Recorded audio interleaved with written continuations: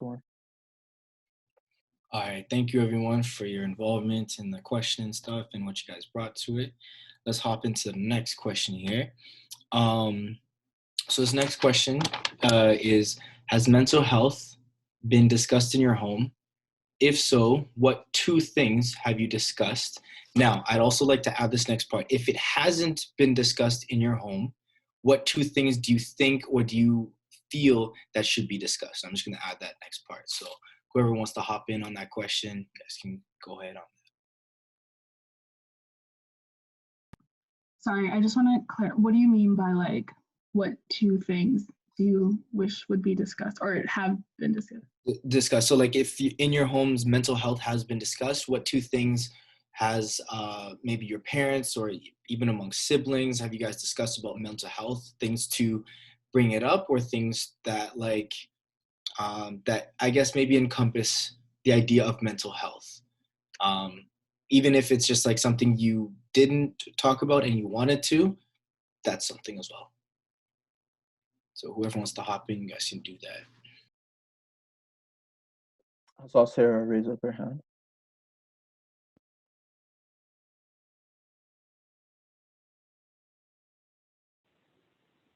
Can you hear me now? I can. Okay, Yeah, you're sweet. good now. Mental health for me and my family in the past year has been a huge roller coaster.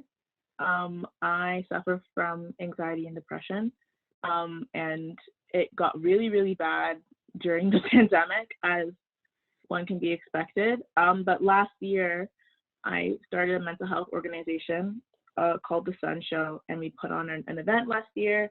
That was like 100 plus people showed up, and we premiered a short film, a mental health short film that I wrote and directed. And we had a BIPOC mental health panel, and a bunch of vendors came and like sold some mental health merchandise, and it was like really cool and really fun. But we started off the talk with a company named Jack.org. Basically has Jack Talks, and they'll have people come and kind of explain what mental health is in whatever scope you need it, whether it's like elementary school, high school, conferences, whatever. And my parents were there. They came to the event, and my parents were following for a really long time regular old Caribbean, or I think really just BIPOC standards. You don't talk about mental health in the household. It's not a thing. You're fine. You got water, you got food, you're clothed, you got a bed to sleep in, you're Gucci. You're not walking 6 feet in the snow to get to school every day. 6 miles or into to school every day. And so it was everything talked in my house, and I was labeled as the over dramatic one from a very young age because I'd had to have anxiety attacks and wouldn't know what they were, and I would just freak out, and people would just say Sarah's being dramatic. And so my mental health event last year was kind of really interesting because my parents kind of got to see that it was an actual tangible thing that needed to be discussed. And so they kind of warmed up to it a bit, but it wasn't really discussed until in June. I was at my older sister's condo, and I actually had a breakdown in a suicide scare that was brought on very sporadically. And my sisters literally witnessed me completely fall apart and have to call my dad to drive all the way from Burlington to Toronto, which is like 40 minutes to an hour and a half at 2 in.the morning to get me. So I was just a complete wreck. And my dad got to see me in that state too. And I think tangibly seeing me like that also put a face to the name, because I couldn't lie anymore and say that I was fine, and they couldn't gaslight me or dismiss me anymore and say that I was just being dramatic. And so it kind of forced my family to kind of launch into this very open communication, open dialogue. My parents also split up last year, last October. And even going into the divorce, no one really talked about it, no one really discussed it. We kind of said mom and dad are splitting up, and then everyone moved out, and that was literally that. So going through that kind of forced a dialogue in my family to at least talk about like the hard things and try to like unpack some trauma and unpack some family dynamics. So in my house, mental health is openly talked about now and openly discussed, and we'll talk to our parents like as equals. And if my mom or dad does something, we'll be like, well, the way you treated me made me feel a way. I'm an adult now. Like, let's figure this out. let's unpack some trauma. Like, did you do this because of your relationship with your mother or your father? And we're kind of starting to really heal as a family. But it very much happened due to brute force. Me being that brute force, unfortunately. But I'm okay now. I'm in therapy, a lot of therapy. Guys, therapy, dude, therapy's great. Everyone needs to go to therapy. I preach that. I'm being discharged soon from my therapy, so like I'm healthy and I'm thriving now, and we're okay. But it was really scary for a little bit, and I honestly just think families in general just need to have open communication in their household. I don't even think so talking about mental health specifically. I just think having space for people to say, hey, I'm hurting, hey, I'm upset, and not have everyone be on defense, because when I tell you you've hurt my feelings, I'm not necessarily saying you're wrong or a bad person. I'm just saying, hey, my feelings were hurt. And I think everyone's automatic reaction is to hop on the defense and defend themselves when people just really want to be heard. So I think if mental health isn't talked about in your family, or you don't really know how to start talking about it, and you don't really want to take it to the nth degree to get a conversation started, I would start by trying to just engage in open dialogue with your family and just give everyone grace. And like, even if you're the one giving everyone grace all the time for the first 6 months, it'll be really annoying. But then people will start doing it back, and it'll just start becoming the norm of your household. But yeah, that's me. That's actually beautifully said. I actually wanted to talk, just go off of what Sarah just said. I think that's actually beautiful because the person that's actually doing that in my family is my sister. Actually, there'd be times like she'll just barge in my room and be like, "Hey, remember this and this in our childhood? Like, how'd you feel about that?" Right? And those conversations are uncomfortable. They're really uncomfortable because like now you have to like go back in your mind and be like, this, yeah, I remember that moment. I didn't really like that moment, you know, or like, just be like, why? Like, why are we talking about this? Like, I'm trying to watch, a movie or whatever. I'm trying to play a video game or whatever, right? But I feel like stuff like that is very important to like unlock a lot of, a lot of things that's like packed within, right? Um, Mental health in my family has never really been talked about, coming from an African background, like mental health was just kind of looked at as, as like as a juju or like a voodoo or something like that, just something that's like it can be healed spiritually and stuff like that. It's like, oh, like you're feeling depressed, that's the devil talking, like go pray or whatever, right? And I remember at one point, like it was just like that wasn't enough. Like, you know what I mean, right? It was just kind of like, yo, like how many times are you gonna pray and I still feel like shit, or like how many times are you gonna pray and I still feel angry?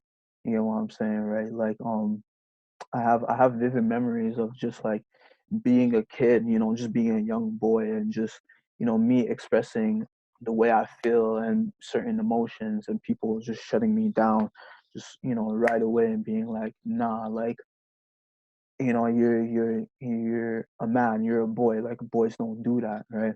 And then I started realizing like how badly it started affecting me when like when I turned 18, I just like I wasn't talking to anybody. I was giving the cold shoulder to everybody and anybody. And like there's times where like my mom came in my room and she's like, why are you not talking to me? Why are we like why isn't the dialogue there? Right? And like I just looked at her and I was just like, because there's nothing to talk about, but there was a lot to talk about. Like there was a lot to talk about. But I was just like, no, there's nothing to talk about. But like deep down inside, like I was just so used to just suppressing everything. You know what I mean, right? Until like it blew over pretty much. I think mental health is a thing that like especially like in a diasporic like in like a Caribbean household, a black household, an African household, it's very much a topic that's almost taboo, and I kind of don't like that. And like in my household, that's what it felt like. It felt like a taboo where it was just kind of like we don't talk about it. here. But the things that we've done to kind of change that is just kind of just to tap, just to look back a little bit and be like, yo, like, where does my resentment and my anger stem from, right? It really, it really stems from like me being ignored all the time when I was a kid, or like me being like, me trying to express something and me like, people telling me, nah, you're a boy, like boys don't express how they feel, right? Where does my habit stem from, right? Where does my mom's habit stem from? You get what I mean, right? And one thing I also want to add on to, just for everyone that's black, is that like, the thing that I've realized the most was that like you know our parents are just us, you know they're just adults trying to figure out life. And I used to be so hard on my mom, just being like, yo, like, you know growing up you used to do this and that, like, you used to go, you put me through this and that. But at the end of the day, it's like, yo, like, she's human as well, like she's trying to figure stuff out while she had the three of us, you know. She's trying to figure stuff out. She's trying to, put food on the table. She's trying to do things that she likes. She's trying to buy clothes that she likes. You get what I'm saying, right? And that's the one thing that I've always wanted to encourage, like, whoever, has a hard time with their parents, is like, yo, you know what, like, be patient with them, right? Especially when it comes down to like going with the mental health stuff. It's like, they're going through some stuff too that we might not know of, right? And it's very tough. So yeah, passing off the mic to anyone else. Yeah. So in my case, the first time I brought up anything about mental health was actually in like between like the seventh and ninth grade. It was around then. I remember just like I remember feeling depressed and like just going and doing research, and then finding out all this different stuff about depression, and then going to my mom and be like, hey, like I think I'm depressed.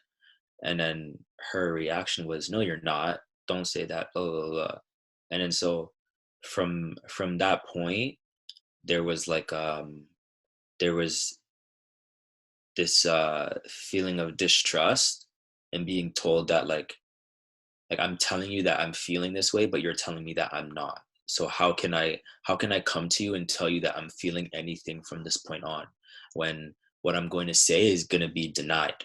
You know what I mean? And there's like there was sort of a pattern around that time of like me wanting to do things, or like me wanting to go into fashion, and then my mom be like, no, you don't want to do that, you want to play basketball and you want to cook and this and that.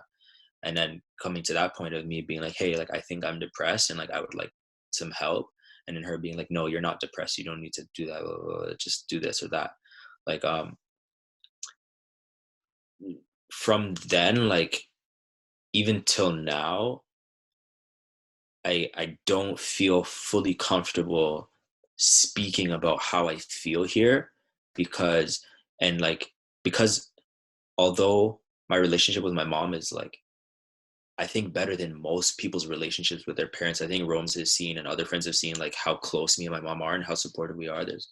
There's still an aspect where um if I want to bring something up, I know that I'm going to be met with something that it's not what I need, because I've come to sort of understand what I need and what I respond well to when expressing myself, and I'm not finding it here. And then for me to even say that, to say, hey, like the reason I can't tell you things is because you make it about you, you don't respond well, you get defensive.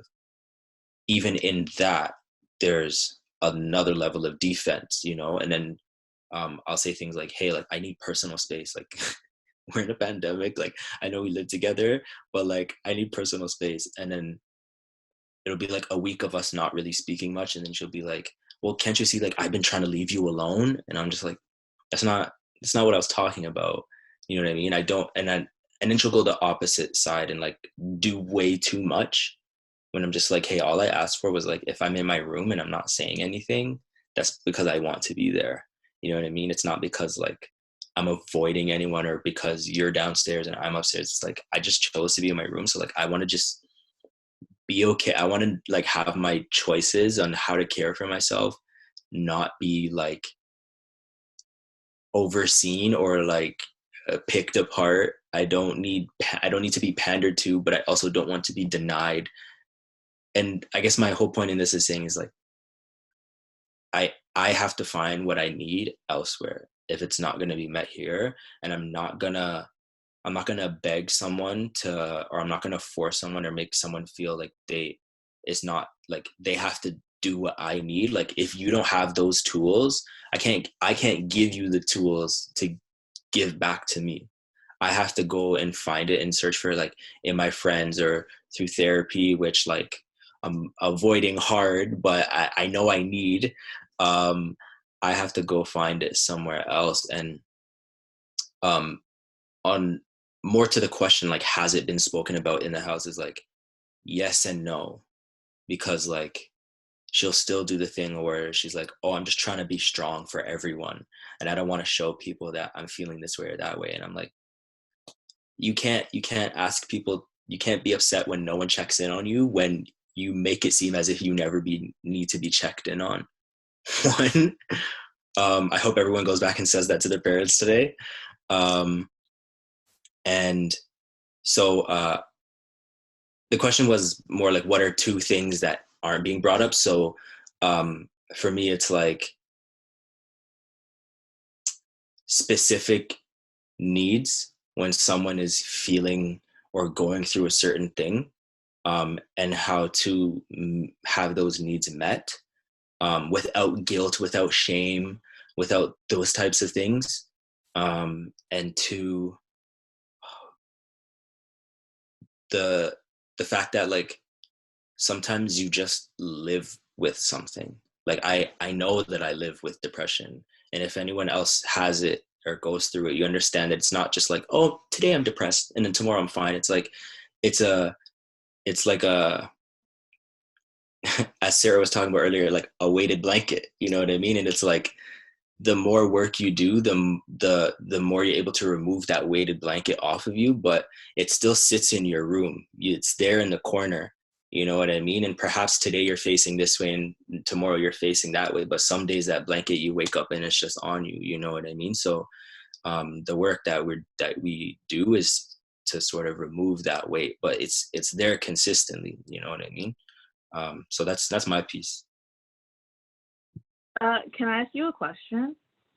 Absolutely. So my mom does the exact same thing that your mom did, and me and my sisters literally just like forced it. And one day we were like, let's look up narcissistic parenting styles. Let's look up what that looks like. And we literally sat down with my mom and was like, what you're doing is unacceptable. You need to like figure out what's going on. And you need to, and then she then went back and was like, I feel attacked. And we said, that's not what we meant. And we've slowly but gradually worked to a point where she's like, I'm not trying to shut you guys down. I just feel like this. And we're like, okay, we feel like this. But it was met with really brute force and was really awkward for a really long time. But because we knew our mother, we knew that eventually she would like calm down, we'd have a dialogue. Do you think that could be something that you could do with your mom? Or do you think it's one of those things where you don't have the tools, you just won't have the tools, so we're just gonna keep it pushing? Because my mom, we knew that she could develop the tools eventually, but some people, you just know they can't. They just literally don't, they just won't grasp it. A little bit of both, but more on the side that like we're just gonna keep it pushing. There has been progress. We're not screaming and things aren't being thrown across the rooms anymore, but and we do like every now and then sit down and have like a good like 3-hour conversation that like fills me. I think I've said this to you before. I'm the type of like, let's have a really long conversation right now, and then I'm good for like a month and a half. So we'll do that. And but it's our personality types. They're just different. And like now at 22, I'm sitting here just like quiet on certain things where like sometimes I would point it out. Like I'm the type to like point out people's patterns. Like, you know, you're doing this consistently, right? Do you want to change, or are we going to keep doing to the point where I'm just like, okay, yes, mom. Mm-hmm. If that's what you'd like, whatever. Yep. Okay. Because I can point certain things out, or I can do certain things, but like until she realizes that she's not being attacked, and until she realizes that there's nuance in everything, until she fully grasps that and believes it, I'm very limited in what I can just say out loud, and like, you're gonna feel away, but like, I think progress is when someone is able to understand that they feel away, but for a moment put that aside and address what's being said or spoken about, like what is here, you know what I mean? Because there's numerous aspects to any situation, but with her, it's a lot of the time it's like, this is what she's able to see, so this is what she's able to address, and a lot of what she is able to see has the filter of emotion over top of it. And so my personality type is opposite, where although I feel things very deeply, I look at things from a wider perspective and say, okay, like, so what am I, how am I a part of this? How is this person a part of this? And like, where's the middle ground here? What's extra and like what's truth? But yeah, that's where our personality types differ. So I just find myself having to just be like, I lately I've been like, oh, I'm so fed up. Like, I'm just fed up. Like, I'm tired. I'm super tired. And like, yeah, the repetition of patterns and habits, it can be irritating.